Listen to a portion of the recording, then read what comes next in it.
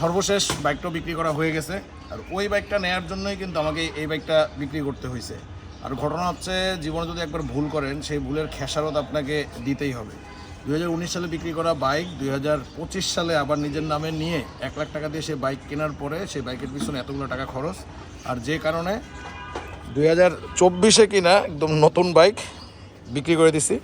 আর bike বিক্রি করছি হচ্ছে এই ভাইয়ের কাছ থেকে। ভাই, বাইক কি সব ঠিকঠাক আছে? হ্যাঁ ভাই, আমার কাছে সব ঠিকঠাকই লেগেছে। যাক, ইনশাল্লাহ আমরা চেষ্টা করবো যে আজকে এটার নামটাও ট্রান্সফার করে দিতে।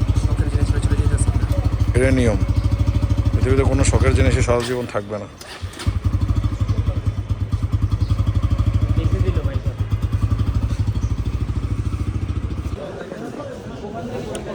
আর অবশেষে বিআরটি এর নাম ট্রান্সফার করার কাজও শেষ।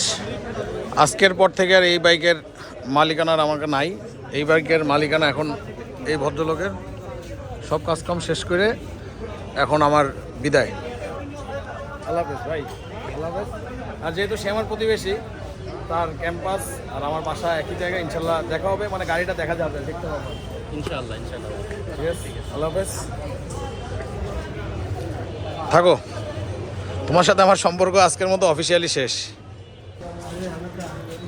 যে কোনো জিনিস, মানে যে কোনো কাছের জিনিস যখন বিক্রি করে দেওয়া হয় না, তখন আসলে খারাপ লাগে। তারপরেও আমাদেরকে এইভাবেই ভালো খারাপ মিলিয়ে চলতে হয়। যেহেতু বাইকটা নাম ট্রান্সফার করেও দিছি, আর এখন আবার আমি আমার আগের সেই কেপিটি মানে জুনিয়র টাইগার, সেটা নিয়ে আবার আমি কন্টিনিউ করবো ইনশাল্লাহ।